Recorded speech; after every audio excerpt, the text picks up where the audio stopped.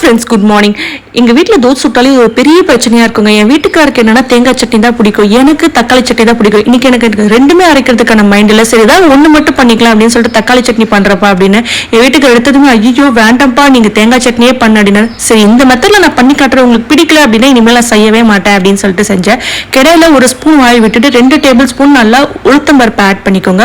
அதனால சதக்க வந்துட்ட பிறகு உங்களோட காரத்துக்கு தேவையான அளவு நீங்கள் வரமிளகா ஆட் பண்ணிக்கலாம். எனக்கு ஒரு 3 இருந்தால் போதும். ஒரே ஒரு பெரிய வெங்காயத்தை அதையும் வந்துட்டு கண்ணாடி பதம் வரைக்கும் ஆட் பண்ணிக்கோங்க. 5 பெரிய தக்காளி அதையும் ஆட் பண்ணிக்கோங்க. குழஞ்சு வந்துட்ட பிறகு ஒரே ஒரு கைப்பிடி அளவு கொத்தமல்லி இலையை போட்டு நல்லா சூடான பிறகு மிக்ஸி ஜாரில் நல்லா அரைச்சி எடுத்துக்கோங்க. நான் ஆல்ரெடி வதக்கி வச்ச கடையில் எண்ணெய் கடுகு உளுத்தம்பருப்பு போட்டு தாளிச்சு எடுத்துட்டேன். இதை நான் தோசை சுட்டு என்னோட ஹஸ்பண்ட்டு கொடுத்தேன். உண்மையாக வீடியோ காண்டிலாம் சொல்லலைங்க, டேஸ்ட் ரொம்பவே சூப்பராக இருந்துச்சு அப்படின்னு சொல்லிட்டு சொன்னாங்க. மிச்சம் தான் நாளைக்கு காலைல டிஃபனுக்கும் எடுத்து வைன்னு சொன்னார். ஸோ உங்கள் வீட்டில் கூட வந்துட்டு யாராச்சும் தக்காளி சட்னி பிடிக்காதவங்களா இருந்தால் இந்த மாதிரி மெத்தடில் செஞ்சு காட்டுங்க. வீடியோ பிடிச்சா